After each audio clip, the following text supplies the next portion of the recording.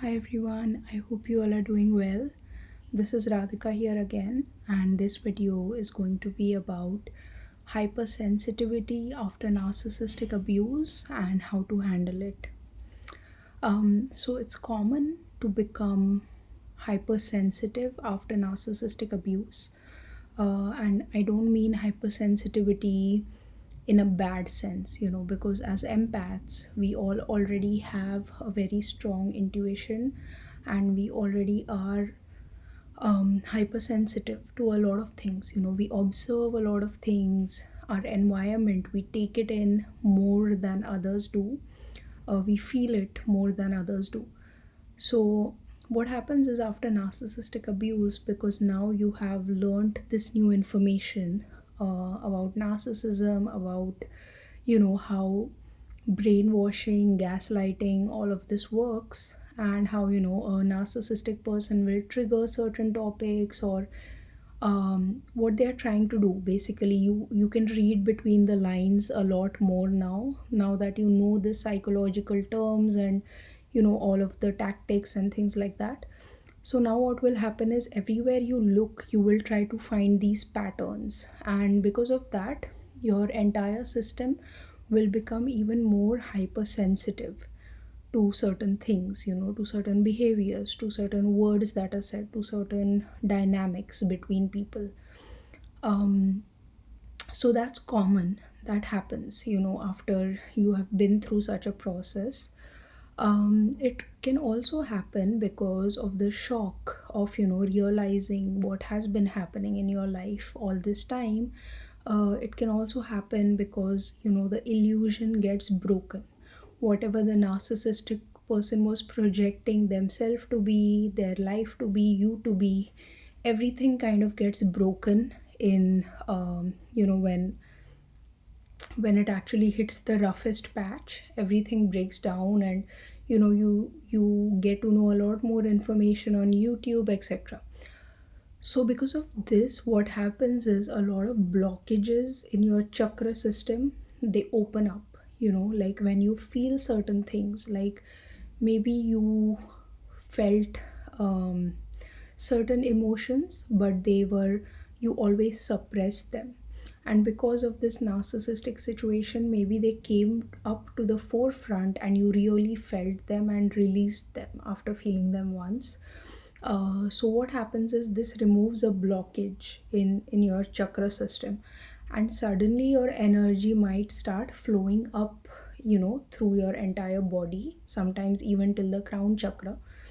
So what happens is maybe because of that also you are much more sensitive now. And sometimes what happens is your third eye chakra also opens, which happened with me. So you might have a lot of experiences which might seem very mystical or spiritual, or you might even feel like you're going a bit crazy, and it's actually because your third eye chakra is opening now, and it's getting balanced. So you might you know sometimes kind of see the future, or get intuitive hits, or get downloads, or like you might see some animals or birds. When you close your eyes you might see some faces in your third eye. So all of these things can happen, if your energy actually reaches the third eye chakra. When it reaches the throat chakra, you will feel extremely expressive. So you would want to express yourself. Maybe you want to write something, you want to paint something, you want to sing something.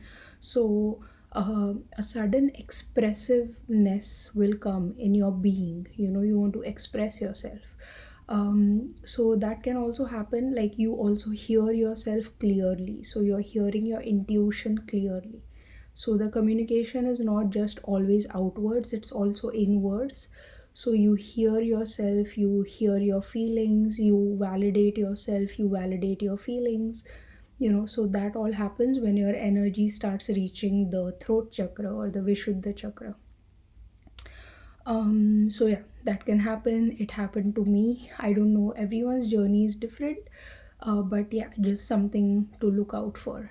um Yeah, and you might also be building your ego up again, because maybe your self esteem and ego kind of took a hit after the narcissistic experience. So you're trying to rebuild your ego, reinvent yourself, after this whole process. So this can also cause a lot of ego deaths.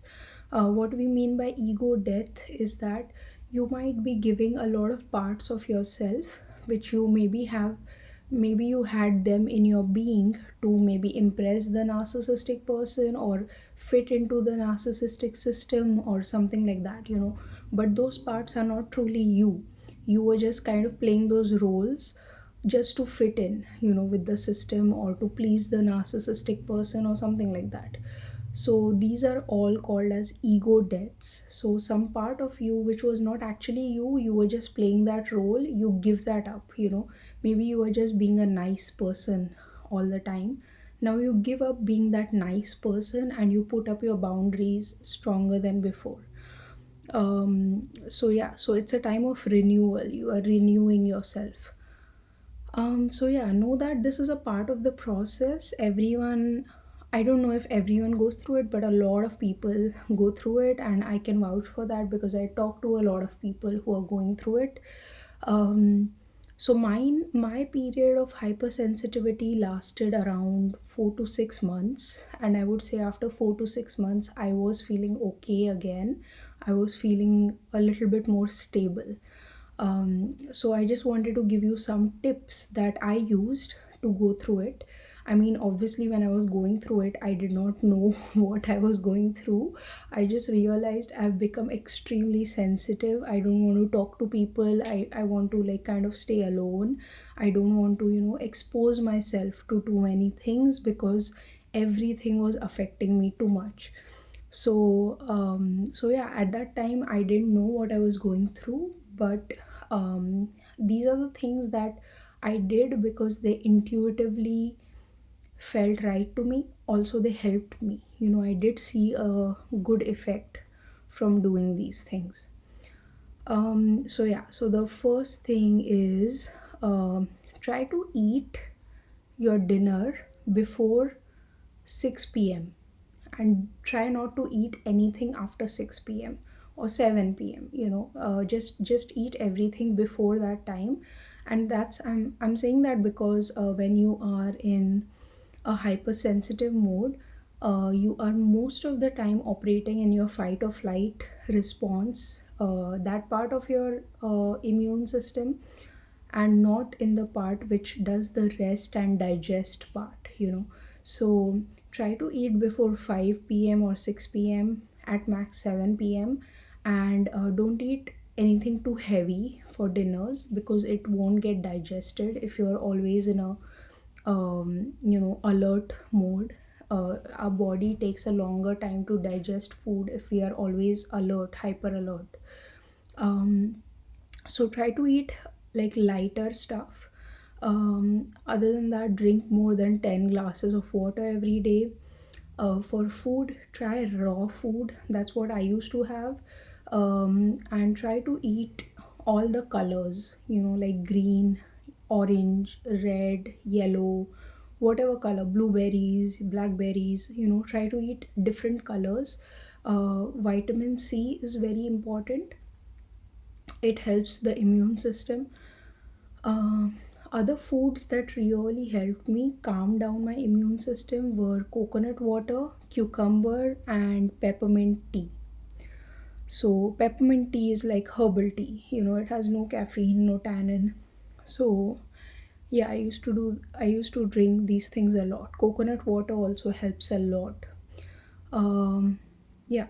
And then another thing I used to do is I used to do a lot of grounding. So try to walk on the grass and try to imagine all the negative energies in your body, all the heavy stuff leaving your being through the soles of your feet, and imagine these go down all the way to the core of the earth where the magma is, and leave them there. The earth, mother earth, will um, you know transmute them for you or renew them for you.